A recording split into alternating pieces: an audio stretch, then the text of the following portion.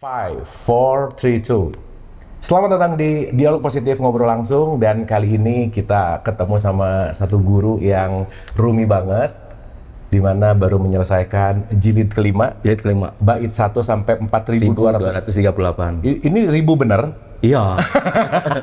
Jadi di sini ada 4.000 jilid, 4.000 bait. Bait. Oke. Jadi jilid pertama itu bait 1 sampai 4.300. 4.300. Jilid kedua itu bait 1 sampai 3.820 berapa 8. Oke. Bait ketiga itu yang lumayan panjang dari 1 sampai bait 4.800-an. 4.800. Iya. Ini bait kelima 4.238. 8. Nah, sekarang lagi ngerjain bait ke-6 itu sampai 4.600-an. Buset, luar biasa. Mas Nur Jabir, langsung to the point, bukunya udah bisa didapatkan di marketplace. Ada di mana aja? Boleh Shopee aja. Oke, di toko Oren ya. Guys, ini Rumi, Masnawi, Jalaluddin pada chat. Kalau mau nge-search paling gampang apa ya di toko Oren? Masnawi Atau nulis aja Mas Nur Jabir gitu ya. Boleh. Oke, nanti teman-teman boleh cek nih ya. Muhammad Nur Jabir, langsung cek and recheck di toko Oren. Oke, Mas. Kita mundur dulu ya. Apa sih yang mendasari gitu ya, mendorong Mas Nur Jabir tuh sampai nulis ribuan baitnya Rumi sampai 5 jilid, 6 jilid tuh apa sih? Apa emang nggak ada kerjaan lain? Nah, kayaknya itu ya. Jadi orang tuh ngeliat, gila ya. Iya. Kenapa gini? Nggak ada kerjaan. Kan bisa aja. Gimana Mas? Ini sebenarnya saya ingat kita pernah podcast ya. Iya. Dari ateis ke tasawuf. Tahu. Sebenarnya itu potongan penting dalam perjalanan ini, teman-teman bisa ngecek di YouTube-nya Kang Abu. Nah, saya tidak mau masuk bagian itu untuk tidak mengulang sebenarnya. Nah, setelah itu ini lebih kepada, kalau sekarang itu ada namanya luka batin ya. Luka batin. Atau lebih tepatnya luka religi. Oh, luka religi. Iya. Wah, ini bagus jadi judul nih. Iya. Luka religi. Luka religi itu kan misalnya kalau kita lihat sekarang kenapa banyak orang masuk ke ateis, agnostik dan seterusnya. Agak ragu gitu terhadap agama ya, karena banyak orang yang tidak memahami seperti apa sih doktrin-doktrin agama. Dulu kan kita lebih banyak begitu ya, terima doktrin aja tanpa kita ada nalar atau alasan kenapa kita harus melakukan itu. Ya nggak mikir, nerima aja. Ya, kayak gitu. Nah, jadi pasca kita podcast itu sebenarnya suatu perjalanan spiritual saya, dan saya lebih banyak dapat obat di sini. Dapat obat di sini dari luka-luka religi ini. Luka-luka religi. Anyway, dulu kalau belum pernah nonton podcast, Mas Nur ini pernah terluka parah. Ya. Jadi menemukan, tapi benar kata Rumi ya, luka tuh tempat cahaya masuk. Jadi Mas Nur tuh memang mengalami itu ya. Bagaimana luka membuat pencerahan gitu. Oke, next. Nah, jadi saya selalu mengatakan bahwa kenapa orang milih satu aliran atau satu agama itu, atau berpindah dari satu aliran satu agama itu, lebih kepada, kalau saya ya, itu kepada pertanyaan yang ada dalam dirinya terjawab di apa yang dia pilih. Oh, jadi ada pertanyaan dalam batin kita ya. Batin, menu di agama ada gitu. Oke. Nah, mungkin setiap orang mungkin mendapatkan jawaban beda-beda ya. Makanya ada yang jadi A, jadi B, jadi C. Ya karena dia dapatkan di A, jawabannya di A, ada di B, di C. Nah, saya ini lebih banyak sembuh di dua pemikiran ini, Ibn Arabi dan Masnawi, Rumi. Jadi banyak pertanyaan-pertanyaan saya yang kemudian pertanyaan-pertanyaan itu terjawab di pemikiran Rumi.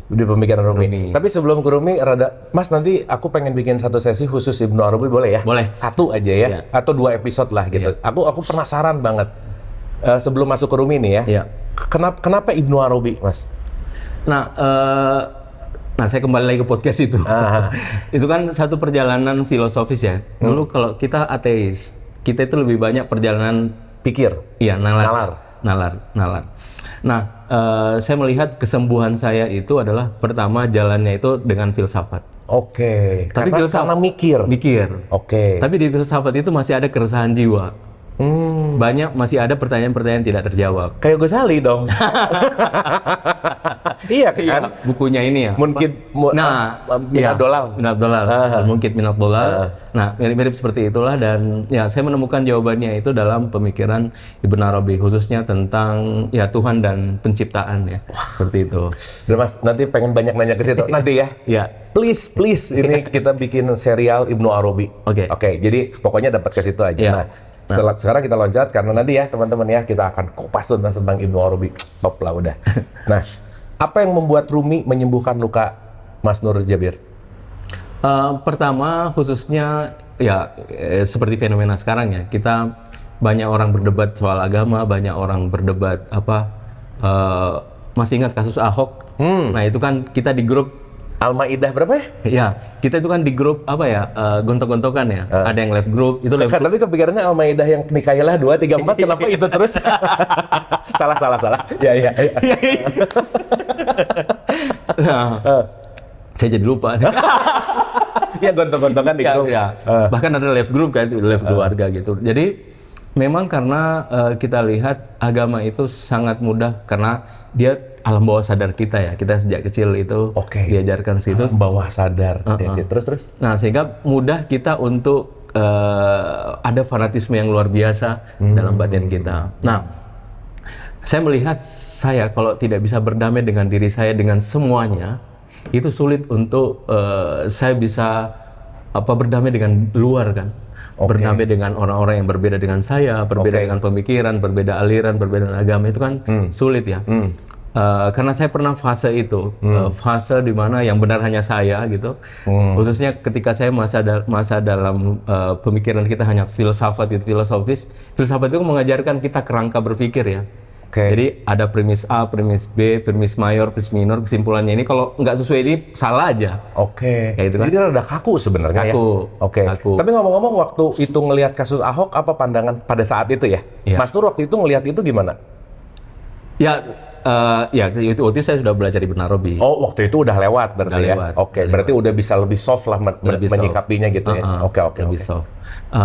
Dan ya itu lagi saya menemukan itu jawabannya salah satunya di sini. Nah, Rumi itu mengajarkan kita untuk menerima segala perbedaan ini. Makanya kan Rumi itu mengatakan bahwa nanti kita akan ketemu di ruang kosong.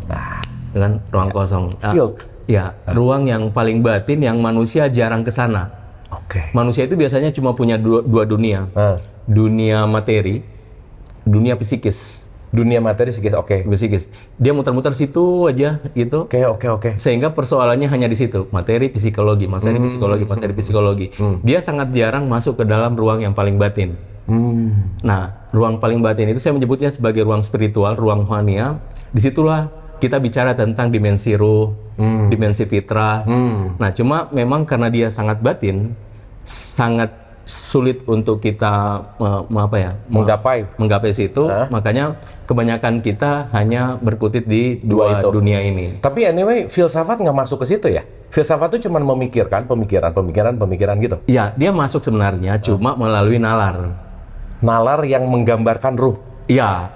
Which is mikroskopnya kecil banget gitu. Kecil banget. Kira-kira kan? Iya, dan itu sangat-sangat sulit. Karena bagaimana ya, kita masuk dengan dunia yang sangat rigid begini, yang paling batin, kemudian formulasinya dengan nalar-nalar seperti itu, filsafat yang sangat rigid. Makanya kalau kita masuk ke ini kan ada, kalau dalam filsafat Islam itu ada disebut dengan filsafat teosofi. Ya, filsafat yang mencoba menggabungkan seluruh aliran ini, tapi toh pada akhirnya masih sangat sulit untuk masuk ke dunia yang paling batin itu. Gitu. Nah jadi Rumi itu istilahnya mengundang Mas Nur Jabir untuk masuk ke ruangan itu gitu? Ruangan itu, dan khususnya menjawab pertanyaan saya. Jadi meskipun saya ketemu Ibn Arabi, tapi masih ada pertanyaan-pertanyaan yang belum terjawab. Karena Ibn Arabi itu esoteris banget ya? Iya. Maksudnya tuh ngawang gitu? Ngawang tuh dalam artian kalau dibumikan tuh gimana sih? Sangat sulit. Gitu kan? Sangat sulit. Makanya saya justru takjub kalau orang bisa membumikan gitu. Karena saya sendiri nggak bisa. Saya justru bisa ketika di Rumi. Karena Rumi itu bagusnya ya, Rumi itu ya mungkin masing-masing ada plus minusnya antara Ibn Arabi sama Rumi. Kalau Ibn Arabi itu kan sangat metafisik. Metafisik. Sangat metafisik. Iya. Jadi makanya saya pernah dulu mencoba untuk membawa ke teman-teman gitu, tapi mereka memang sangat sulit untuk masuk kecuali mereka punya mengerti pakem-pakem Ibn Arabi. Misalnya harus tahu Wahdatul Wujud, harus tahu tentang tajalli, harus tahu tentang asma, harus tahu tentang insan kamil. Jadi kalau tidak memahami itu agak sulit kita masuk ke pemikiran Ibn Arabi. Ya, IQ 78,4 susah lah ya. Oke. Aduh, nanti Mas ya, aku tuh penasaran. Tapi satu aja Mas, apa menurut Mas Nur Jabir dari Ibnu Arabi yang paling esoteris, yang agak susah untuk diceritain membumi itu, salah satunya apa? Yang mana? Ayan as-sabita. Apa itu? Bahwa semua ini ada blueprintnya. Oh, I see. Nah, itu mudah untuk kita pahami, tapi sulit untuk menjabarkan. Khususnya sulit untuk melihat konteks keseharian kita. Blueprint itu artinya kita ini sudah menjalani. Nah ini makanya saya kenapa masuk ke Rumi itu terjawab. Di situ pasti ada problema free will dan determinis. Yes. Ya. Apakah sudah ditentukan sejak awal? Nah, atau aku bisa memilih? Nah, tapi by the way Mas, ada penelitiannya Libet gitu ya. Ada satu saintis gitu. Menarik banget. Sebelum kita melakukan apa-apa, otak kita sudah menentukan itu beberapa detik sebelumnya. Ya. Itu menarik banget gitu. Artinya kita mau ngapa-ngapain, itu tuh udah didesain. Sama kalau saya sering memberikan satu statement atau perbandingan, matahari yang kita lihat sekarang adalah matahari yang 8 menit yang lalu gitu. Matahari yang kita lihat sekarang? Iya. Matahari yang 8 menit yang lalu. Oke. 8 menit sekian detik, 20 detik something gitu. Artinya itu tadi, apa yang tertampak itu belum tentu, ya kalau pakai tadi ngomongin ke Wahdatul Wujud dan seterusnya gitu ya. Tapi itu apakah berlaku juga kepada hal-hal yang belum saya saksikan? Oh bisa. Bisa. Ya maksudnya luas lah ya. Ini kita ngomongin kosmis itu kan kayak bintang yang kita lihat sekarang, itu kan bintang yang udah lama nggak ada sebenarnya. Oke. Si cahayanya masih nempel. Oke. Ya, gitu kan. Artinya antara deterministik dan ya kita punya free will. Kalau Ibnu Arabi ngomongin blueprint, jadi menarik kan gitu. Iya. Nah, apa yang terjawab dari Rumi dari statement esoterisnya Ibnu Arabi? Ya, kalau kita masuk dalam pemikiran tasawuf, khususnya Ibnu Arabi, masuk ke konsep ayan as-sabita, fixed entities, bahwa semuanya itu sudah ditentukan ya. Meskipun sebenarnya ada Al-Qur'annya. Walarat bin walayabisin ila fi kitabin mubin, tidak ada yang basah dan kering kecuali sudah tertulis di kitabin mubin di Lauhil Mahfuz. Ya. Sebenarnya teks Quran sangat jelas. Nah, cuma untuk menjelaskan, jadi kalau Ibn Arabi ada Lauhil Mahfuz, nah ada di atasnya lagi nih. Nah, di atas lagi ini itu wilayah asma, dan memang itu sangat jarang kalau benturkan dengan teks ya. Kita sulit untuk menemukan teksnya. Nah, makanya para sufi hanya menyebut itu sebagai rahasia kadar. Jadi ada rahasia takdir di Lauhil Mahfuz.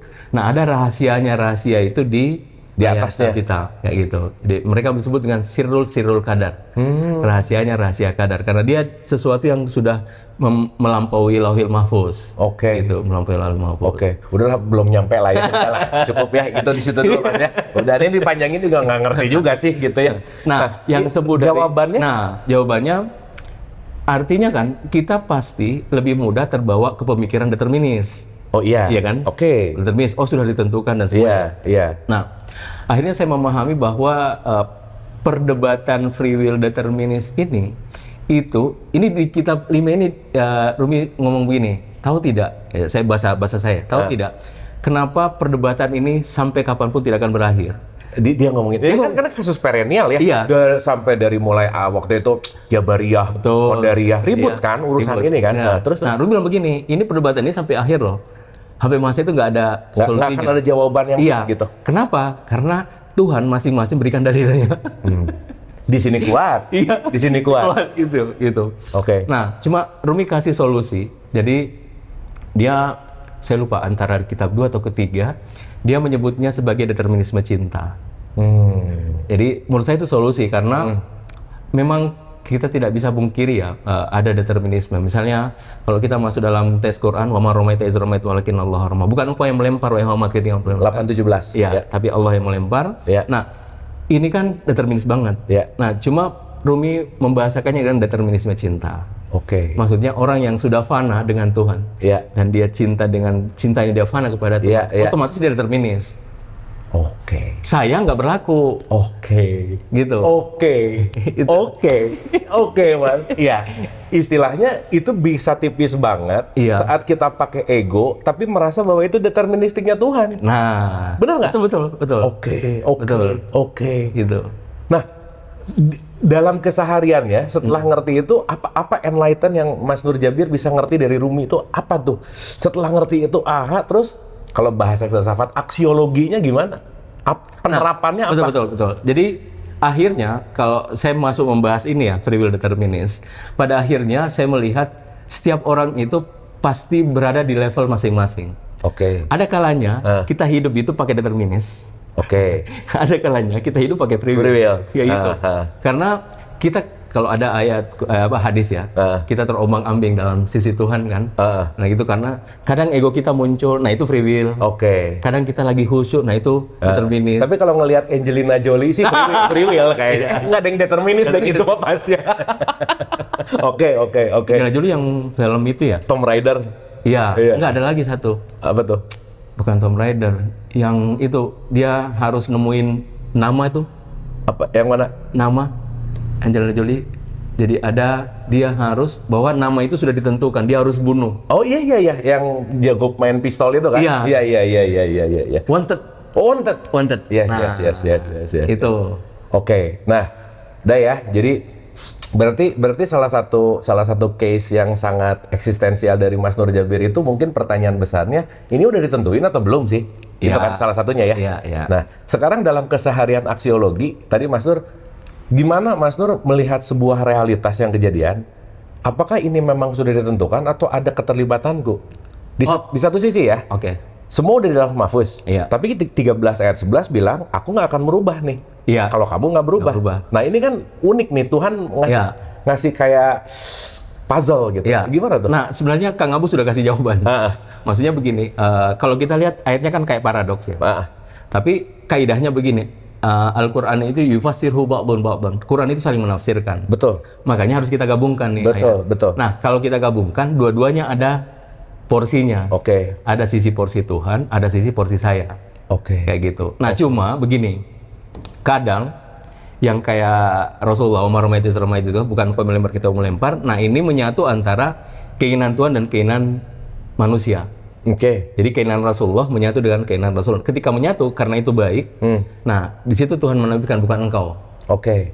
Nah, kadang yang bermain itu Tuhan menginginkan, tapi ego saya bermain. Misalnya, Nur, sholat malam, Tuhan tidur nih, kayak gitu.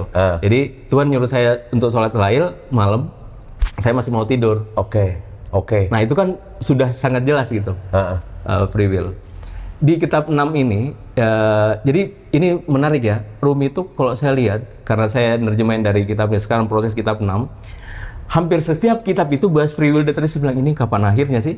Misalnya di kitab pertama. Hampir tiap kitab ada pembahasan itu. Misalnya di kitab pertama itu membahas tentang, dia mengambil metafor binatang. Jadi serigala, kawanan buas sama hewan buas itu sama kelinci kalau nggak salah. Nah itu bicara tentang free will gitu. Masuk kitab 2 begitu. Nah sampai kitab 5 bilang ini sampai kapan nggak akan akhir. Nah kemudian masuk kitab 6, dia sepertinya untuk sedikit, jadi kayaknya kalau saya pelajari ya, Rumi menyadari ternyata banyak orang terjebak determinis gitu, determinis. Nah di kitab 6 ini dia perlahan-lahan untuk mencoba menyadarkan kita lagi. Oke. Kayak gitu. Jadi dia bawa pendulum ke sini, banting ke sini, supaya kita bingung gitu ya. Saya di awal-awal nerjemahin bingung. Ini kok nggak ada solusinya ya? Setelah nerjemahin kitab 5, oke. Dia sepertinya menyerahkan ke kita bahwa bicara free will determinisme tergantung makom. Oke. Ada makom orang, makom fana. Kalau makom fana, ya di situ harus determinis. Benar. Udah nggak ada aku. Nggak ada aku. Nggak ada dua aku itu kan? Iya, benar dua aku. Kayak gitu. Nah itu ada sayapnya Rumi. Di dalam dirinya tidak ada dua aku. Dia mengatakan aku, dia Tuhan. Aku mengatakan aku. Karena itu solusinya hanya ada dua. Apakah Tuhan mati di dalam dirimu atau kau mati di dalam dirinya. Asik. Tapi karena dia hayyul la yamut, karena dia senantiasa hidup tak pernah mati, maka kaulah yang mati dalam dirinya. Anjir, keren banget. Itu keren ya. Kamu mau mati di dalam aku, atau aku mati di dalam kamu gitu ya. Iya. Gila sih. Kan pernah ada satu cerita di tradisi tasawuf tuh gini, maksud aku jadi ingat cerita antara guru sama murid tuh bersih tegang tentang ini. Iya. Harus kerja? Enggak usah. Gurunya bilang. Iya. Dah, suatu saat si muridnya datang ke pergi berdebat. Terus akhirnya dia sebelum mampir ke gurunya, dia mampir ke pasar beliin anggur. Nah, dia terus ngomong, kalau aku nggak kerja, aku nggak bisa beli anggur. Nah, selesai. Dia senyum-senyum aja. Endingnya, guru, nih saya beliin anggur. Nih, oleh-oleh. Si gurunya ngomong, aku nggak kemana-mana dapat anggur nih, katanya. Itu nyebelin banget kan. Jadi, dia pas marah, kenapa ada keinginan aku membelikan anggur untuk guruku, sementara guruku harus kerja, dia dapat dari aku. Kan itu dahsyat, Mas. Bener nggak? Itu yang saya maksud, tiap orang itu makomnya beda. Oke. Gitu. Makanya ini kata Rumi, ini pembahasan ini nggak akan ada akhirnya. Karena masing-masing orang itu lihat makomnya sendiri. Orang yang lagi usaha bekerja, dia pasti free will. Orang lagi sedang khusyuk-khusyuknya beribadah, dia pasti determinis. Jadi itu on and off aja ya? Iya, on and off aja kayak gitu. Ya, nggak bisa kita ngomongin mana yang paling benar, mana yang salah betul. gitu ya, karena mungkin ya dinamis. Itu juga alasan Rumi kenapa setiap buku mau bahas itu. Iya kan? Kalau misalnya dia sudah patok harus begini, dia ngapain membahas-bahas setiap buku? Oke. Ngapain dia harus di kitab 5 menjelaskan ini pembahasan nggak ada akhirnya ya, kayak gitu. Oke. Kalau orang ngebaca jilid 5, Mas Nur, nih ya, dari awal 4238 dalam, dia akan mendapatkan apa kira-kira, Mas? Nah, tiap orang mendapatkan dirinya masing-masing. Asik. Keren. Dia akan ketemu dirinya ya. Masing-masing. Jadi bagi saya, bait Rumi itu seperti cermin. Wah, keren, Cermin. Keren banget, Dia akan menemukan dirinya sendiri. Dia kayak saya menemukan persoalan saya selesai di sini. Oke. Karena saya baca diri saya di sini. Oke. Kayak gitu. Karena ya kalau kita pakai teori hermeneutika ya, ini kan penulisnya udah selesai. Oke. Udah tidak ada gitu. Jadi dia tidak punya otoritas lagi menjelaskan ke kita. Betul. Karena itu ya dia sejauh mana dia menjadi cermin untuk saya saja. Reinterpretasi. Ya Benar. Jadi soal tafsir ya semua benar, ya kan? Saya tidak bisa mengatakan tafsir saya paling jelas karena ini sastra. Ngomong-ngomong, ini kan Mas Nur menerjemahkan dari buku asli, Buku Persia. Ada nggak satu bait dari sini yang Mas Nur ingat yang mungkin bisa diomongin pakai bahasa Persia dengan versinya Mas Nur? Apa misalnya? Saya kalau lebih ingat di ini sih, kita pertama. Coba gimana? Biasnu asnei chun hikoyat mikunat asjudai hoshekoyat mikunat. Oke, apa itu? Dengarkanlah sulung ini betapa ia merintih atas derita keterpisahan. Asik. Bahasa Persia unik ya? Unik. Dulu belajar berapa lama, Mas? 8 tahun. 8 tahun? Ya. Jadi fasih sekarang Persia? Ya nggak juga sih. Hah? Bisa untuk nerjemahin lah. Enggak, tapi maksudnya bahasa, gini, kan kalau bahasa Arab tuh ada bahasa Quran beda, bahasa hari-hari juga beda kan? Persia gitu nggak? Sama. Sama. Oke. Sama aja. Ya kalau di ini ada kromo Inggil kan, mana bahasa-bahasa yang luhur gitu. Iya, sama aja karena Persia ini kan kerajaan. Dia basis kerajaan. Nah, karena itu bahasanya terjaga gitu. Oke. Terjaga. Jadi ini 800 tahun itu sampai sekarang bahasanya dipakai, kecuali memang peradabannya tradisinya sudah punah. Misalnya Honekoh. Honekoh itu dalam tradisi tasawuf sudah punah. Honekoh itu apa, tarekah? Honekoh itu kalau di sini kayak zawiyah. Ke zawiyah. Nah, cuma kalau dalam tradisi Maulawiyah dia unik karena Honekoh ini tempat para pejalan itu mereka kumpul. Oke. Jadi ini menarik ya, saya menemukan ini faktanya di kitab Rumi. Jadi dulu itu tidak ada ekstrim-ekstriman. Jadi misalnya antara tarekat Syaziliyah, Naqsabandiyah, Qadiriyah, macam-macam, mereka itu bisa ngumpul. Ngobrol, sharing, ini. Jadi, nah itu dikumpulnya di Honekoh. Oh, okay. Namanya Honekoh. Melting pot gitu lah ya, untuk orang ketemu gitu ya. Oke. Sehingga Rumi ada bait syairnya, Tuhan menemukan sesama pejalan. I see.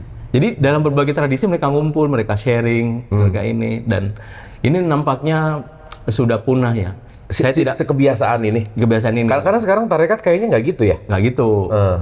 Nggak walau alam ya. Tapi belum saya temukan gitu. Ada pertempuran semua tarekat ngumpul itu, dan ini setiap bulan gitu. Oke. Oh ini di sini ya. Jadi kalau saya menerjemahin itu, saya seperti menemukan bahwa setiap daerah itu ada titik kumpul para pejalan dengan berbagai macam aliran, itu mereka saling sharing. Oke. Sampai di kitab, lupa saya, kitab 2 atau kitab ketiga, itu ada kisah seorang saudagar itu yang minjam duit untuk menjalankan honekoh itu. Gitu. Jadi ada yang kayak modalin harus pinjam uang gitu, dan ya itulah. Demi pengen ke situ gitu. Demi buat honekoh itu. Iya ya, demi acara ini gitu. Iya, ya gitu. Oke. Nah, kan Mas Nur tuh menerjemahkan lah ya. Iya.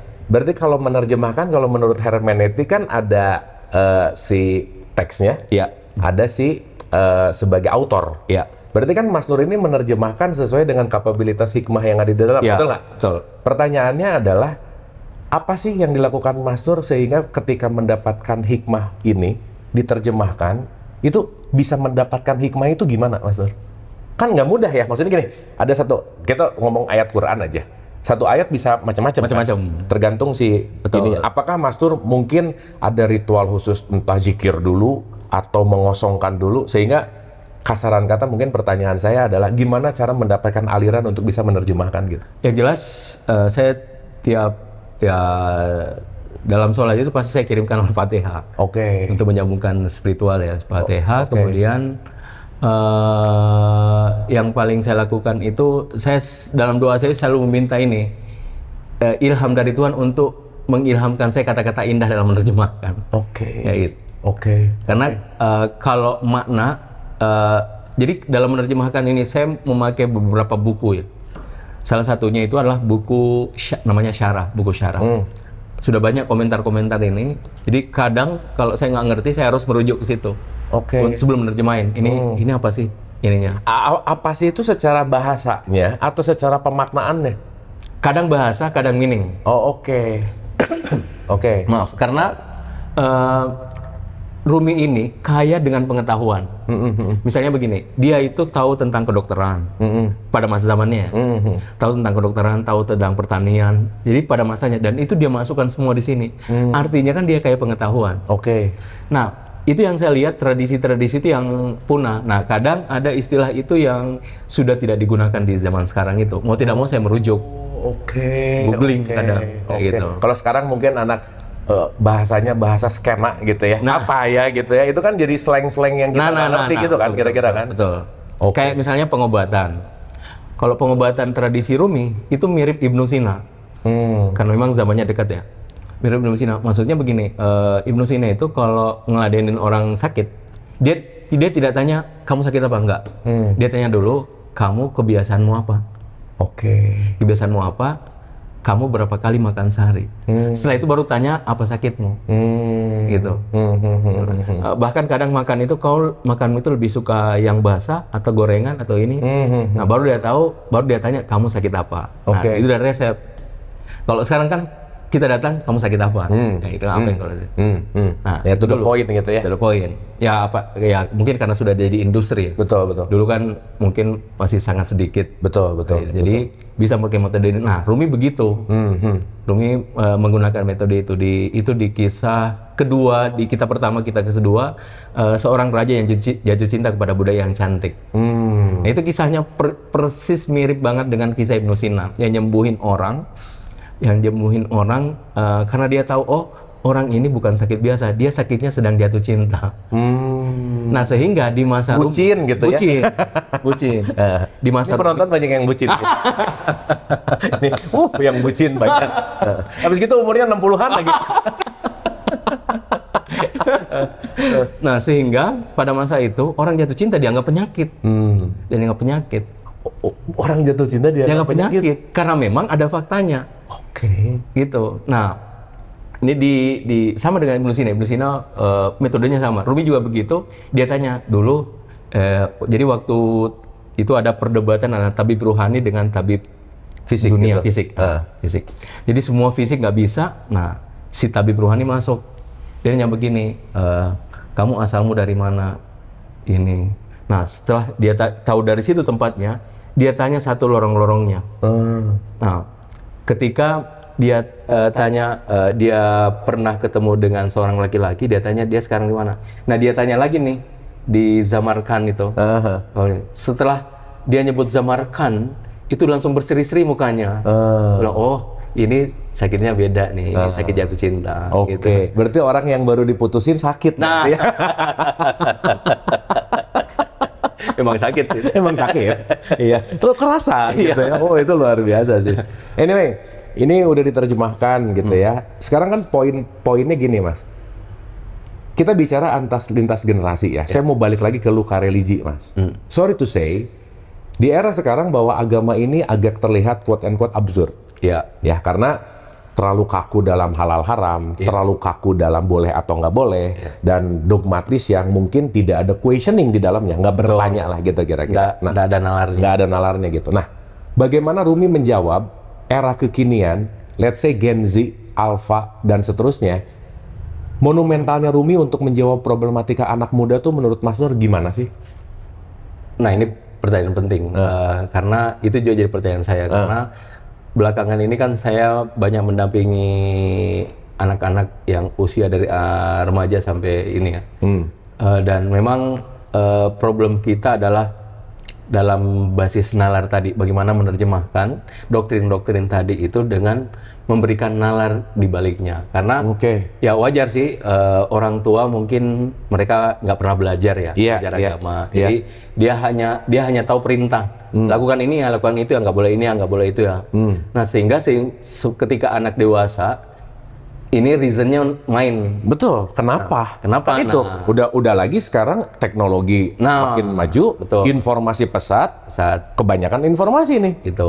Nah, sehingga kalau saya itu kenapa UNESCO mengabadikan hari lahir Rumi sebagai Rumi Day. Itu karena sumbangsi Rumi terhadap pemikiran-pemikiran Rumi yang menjawab kekinian. Nah, salah satunya adalah problem kemanusiaan. Nah, biasanya agama itu kan selalu dibenturkan dengan kemanusiaan ya. Betul. Di agama bilang nggak boleh, secara manusia boleh gitu, kan kayak gitu. Nah, Rumi menurut saya bisa menjawab itu. Misalnya begini ya, kayak kita bicara kekakuan tadi. Nah itu ada satu kisah menarik, saya lupa lagi nih, kitab 2 atau kitab 3. Itu penulisnya emang nggak pernah ingat bukunya sih. Soalnya, Mas Abu aku baca di buku yang kedua, yang mana? Aduh nggak ingat, udah baca sih. Ya itu seorang gembala dengan, jadi Musa, jadi kisahnya itu seorang gembala yang bertemu dengan Musa, kan? Ini banyak kita biasa dengar di postingan-postingan ya. Jadi gembala ini, karena dia hanya tahu tentang gembala, tidak tahu apapun tentang gembala. Jadi kalau dia bermunajat Tuhan itu dia kayak apa ya? Kayak Tuhan itu kayak dianggap tuannya. Jadi dia bertanya, Tuhan kau di mana? Aku ingin menyisir rambutmu, memberimu susu, mencari kutumu, gitu. Itu Rumi enak banget. Nah, waktu dia bermunajat begitu, Musa dengar. Musa negur dia. Hei, kau sedang bicara sama siapa? Kata gembala, ya sama Tuhan. Terus Musa langsung marah. Karena dia marah, akhirnya gembala ini pergi. Setelah dia pergi, turun wahyu Tuhan kepada Musa. Nah, ini wahyunya indah. Tuhan bilang begini, wahai Musa, kenapa engkau pisahkan aku dengan kekasihku? Jadi kenapa engkau pisahkan aku dengan kekasihku? Ini penceramah banyak yang gini kali ya. Tapi mungkin nggak dapat wahyunya ya. Iyalah, terus. Gitu. Jadi, nah akhirnya setelah itu datang, Musa ngejar itu orang itu. Nah ini kan mengajarkan kita bahwa kita ini lebih banyak sibuk ke formal bentuk-bentuk ya. Gitu. Benar. Munajat orang gembala itu kan nggak ada formalnya. Iya, dia caranya gitu. Gitu. Benar. Dia bilang, Tuhan aku ingin cari kutumu, nyisir rambutmu. Iya, karena dia memiliki personifikasi apa yang dia kerjain hari-hari kan. Bahkan mungkin seorang petani yang mencangkul adalah sholatnya dia gitu misalnya. Kan gitu kan? Oke. Kayak gitu.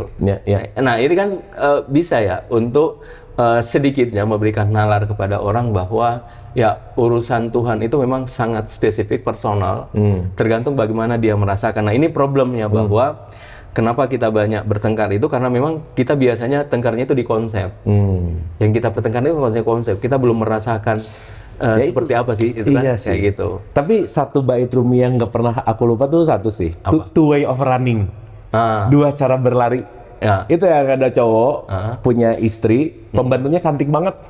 Oh, itu di kitab. Ada kan pasti kan di Masnawi kan? Ada. Wah itu two way of running itu sadis banget tuh. Atau kitab ini atau Galak banget tuh Rumi di situ tuh. Iya. Untuk ngomongin tentang munafik lu gitu kan Iya, gitu iya. kan. Oh itu. Iya. Tapi 17 tahun ke atas ini belum belum cocok lah ya. Iya. Cocok. Memang begitu. Jadi saya Rumi waktu nerjemahin ini kayak ada vulgarnya gitu. Banget loh. Saya loh, ini kok vulgar banget ya? Iya, gila. Saya juga kaget. Iya. Saya kaget. Ini kok bisa vulgar banget. Tapi setelah jadi Rumi itu ya seorang arif bijaksana. Kadang begini, Kang, kadang kita sulit mencari bahasa kecuali dengan bahasa seperti itu untuk memahamkan orang lain. Itu iya kan? sekaligus aja ya. Lu ngerti ini aja gitu ya. Iya, gitu. benar. Kayak gitu. Benar. Kayak untuk menjelaskan nikmat yang luar biasa kan Gimana? paling bagus gitu kan. Benar. Menjelaskan paling bagus gitu. Ya tapi balik lagi ya, yang baca tergantung kualitas kadar otaknya. Iya. Kalau ngeres mah yang ngeres aja ya. Bukan masalah bukunya gitu. Tapi terus terang saya kaget karena ini kan buku sufi ya. Buku sufi? Buku tasawuf. Saya bilang, tapi banyak Mas. apa? Buku-buku sufi yang maksudnya vulgar gitu. Saya belum pernah nemukan. Iya. Tapi kaget saya itu waktu Rumi saya kerjain. Ini kok vulgar banget. Iya. Tapi saya nerjemahin agak halus. Iya. Itu kan lucu. Kenapa tuh way of running yang satu lari dengan birahi kan? Iya. Yang satu lari dengan takut gitu ya. Iya. Nah, betul.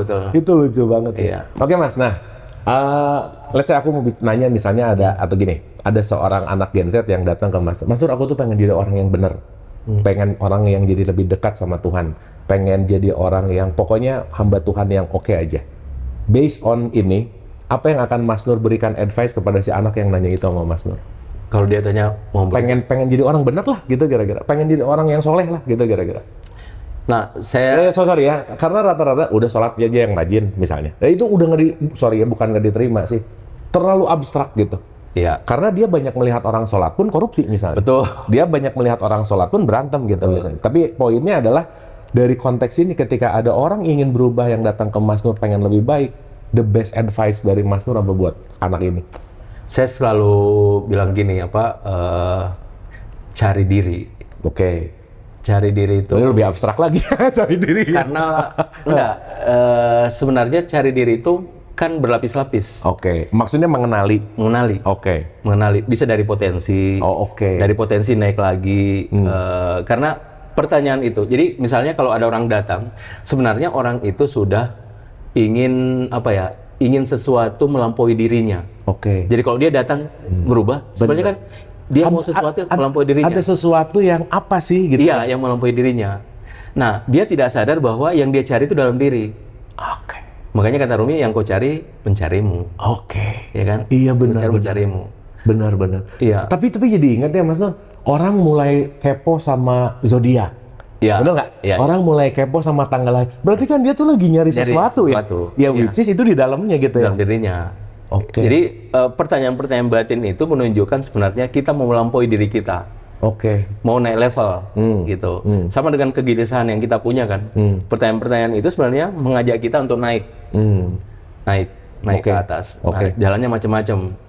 Nah, cuma biasanya saya beda kalau lagi ini ya. Kalau misalnya lagi mau diberikan, biasanya saya selalu berangkat dari pembahasan tauhid. Oke. Kenapa tauhid? Karena ini problemnya itu adalah mencari relasi antara kita dengan dunia luar.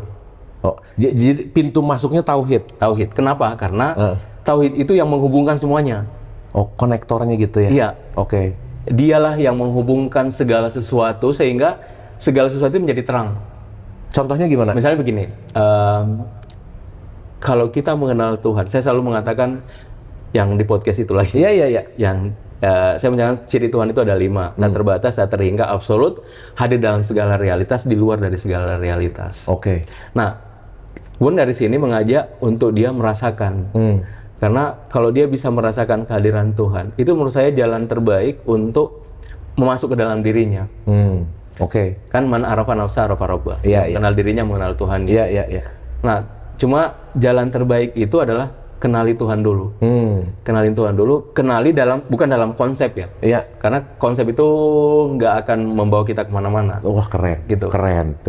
Ya maksudnya Mas Nur bukan ngomongin konsep, tapi ngomongin sistem kali ya. Iya. Kenali nih sistem hidup dalam konteks tauhid gitu. Gitu, betul. Operating sistemnya udah dikuasai atau belum gitu ya kira-kira. Bahasa lebih tepat gitu.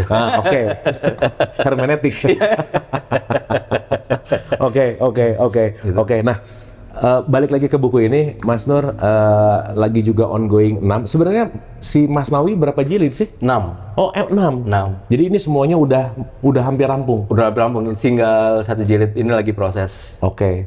Saya ulang teman-teman, Mas Nawinya Mas Nur Jabir ada di toko Oren di Shopee. Teman-teman tinggal cari aja jilid 5. 1, 2, 3, 4 ada di situ juga? Nah, maksudnya bisa didapatkan di situ? Yang ready sekarang itu 245. 245. Pokoknya tulis saja Muhammad Nur Jabir, ada lah pasti gitu ya. 1/3-nya masih kosong, lagi proses. Oke. 3 terakhir Mas. Ya. 3 terakhir. Yang ketiganya gini. Tadi Mas Nur bilang kebanyakan kita tuh kalau dalam perspektif tasawuf juga ada ya Bahamiyah, Sabu'iyah gitu ya. Oh iya. Urusan badan, urusan hayat, urusan badan, urusan psikologi gitu. Dari perspektif Mas Nur, gimana sih supaya kita bisa nyebrang ke ruh tuh, apa yang harus kita lakukan, Mas? Supaya kita bisa masuk ke ruangan itu tuh, apa yang perlu kita mungkin tirakatkan atau mungkin latih gitu? Itu sebenarnya hadir dalam semua tradisi. Oke. Intinya begini, bagaimana kita berusaha masuk menyelami diri. Karena diri kita lapisan-lapisan kan ya, seperti Kang Abu sering jelaskan. Iya, oke. Lapisan-lapisan. Nah, kita itu biasanya berkutit di 2 lapisan saja. Lapisan dunia itu urusannya untung rugi balas jasa. Untung rugi balas jasa. Okay. Nah ini kalau bucin di situ juga? Nggak bucin sih kalau. Oh, bu cinta nggak di sini? Nggak di sini. Oh, oke. Nggak di sini. Oke. Kalau begini, nah ini kata Rumi bahwa cinta yang masih punya warna itu bukan cinta, namun ketimpangan. Asik. Jangan mengatakan engkau berkorban, karena berkorban itu adalah transaksi. Oke. Nah, nanti ini bisa berpengaruh ke dimensi psikologinya. Oke. Jadi karena dia keseringan urusan untung rugi balas jasa, akhirnya dia masuk ke dimensi psikologinya. Psikologinya juga pengaruh begitu nanti. Ngelihat sesuatu, menimbang sesuatu, itu untung rugi balas jasa. Makanya kenapa di Yasin, di 3621 tuh aku jadi ingat satu statement di Quran. Ikutilah orang yang mendapat petunjuk, dan orang yang mendapat petunjuk itu adalah orang yang tidak mau atau tidak ada transaksi, ada balasan untung dan rugi. Iya. Itu ya? Itu. Karena kalau masih ada statement untung rugi balas jasa, itu, kalau pakai spektrum mungkin masih di bawah kali ya? Di bawah. Dia berkutat di 2 dunia tadi. Dunia materi dan dunia psikologi. Oke. Nah, kecuali dia lebih menyelami. Nah, karena susah masuk, biasanya dia mengalami derita. Bener ya. Udah hilang duit gitu ya. Hilang pacar ya. Dia derita. Oh, jadi yang hilang-hilang sekarang tuh anggap aja ya. Lagi mau menuju lebih puyeng hidupnya. Nah, ketika dia merasa kehilangan, dia akan bertanya. Dia akan bertanya, ini apaan sih? Oke. Membangunkan ya? Iya. Ini apaan sih? Wah, keren sih. Ini apaan sih? Nah, dia tuh mulai nih. Dia akan mulai menyelami dirinya. Oke. Nah, itu kunci sebenarnya. Kunci untuk dia masuk ke yang paling batin tadi. Oke. Ya pintunya derita sih ya. Salah satunya ya. Iya, makanya Rumi bilang derita cahaya kan. Iya. Untuk masuk ke dalam batin. Ya Rumi juga bisa jadi gitu derita dulu. Betul. Ya. Mau nggak mau dia juga. Makanya bisa ribuan bait juga pasti penderitaannya dahsyat gitu. Oke Mas.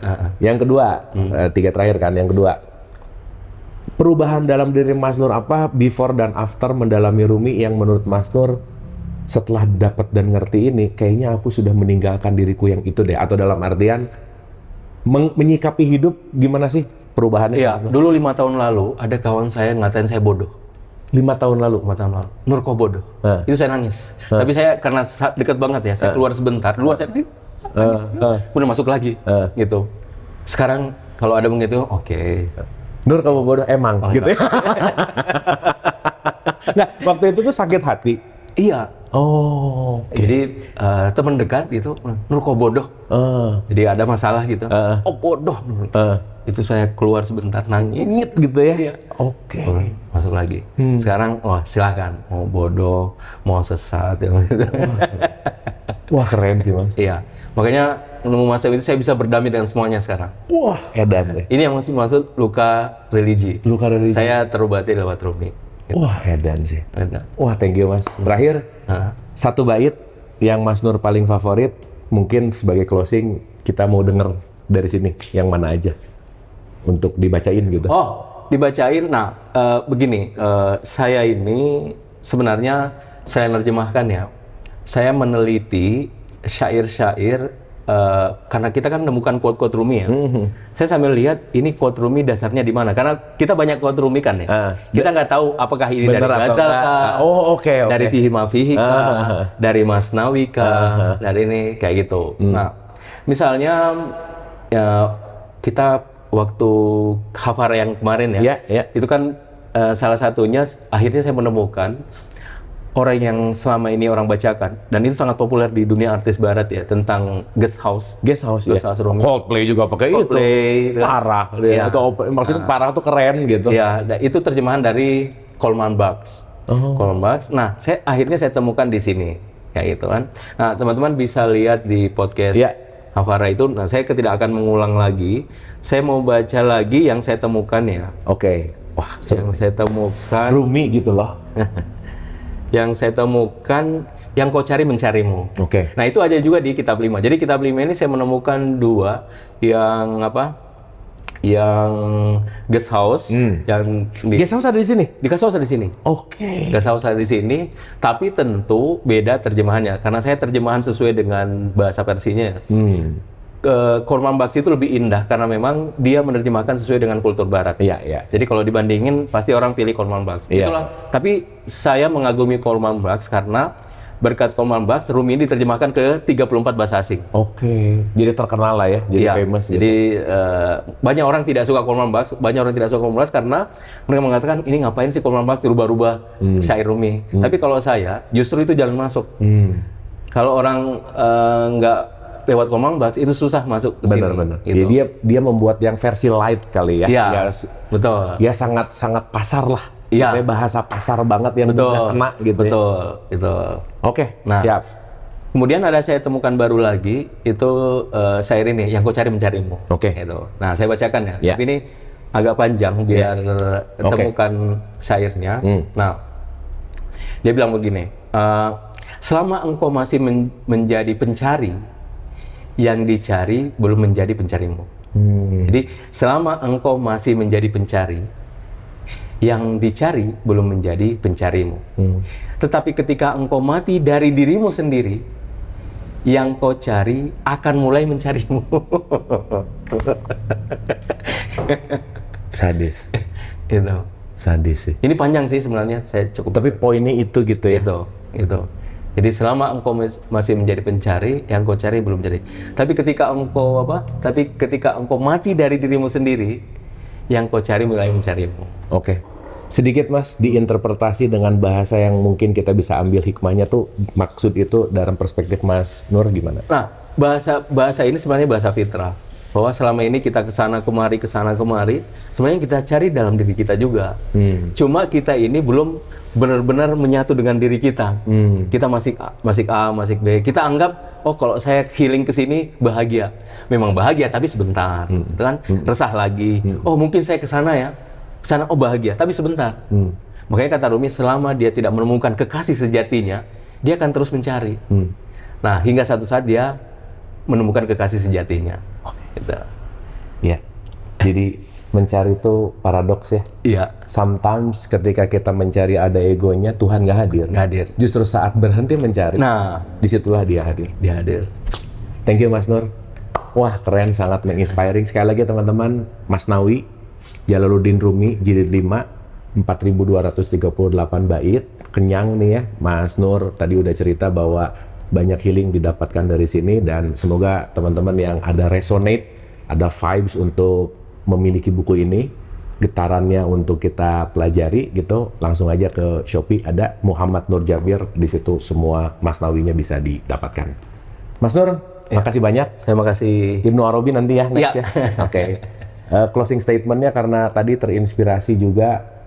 Jadi mungkin sesaat perjalanan menuju Tuhan sudah selesai, maka perjalanan di dalam Tuhan akan dimulai. Terima kasih.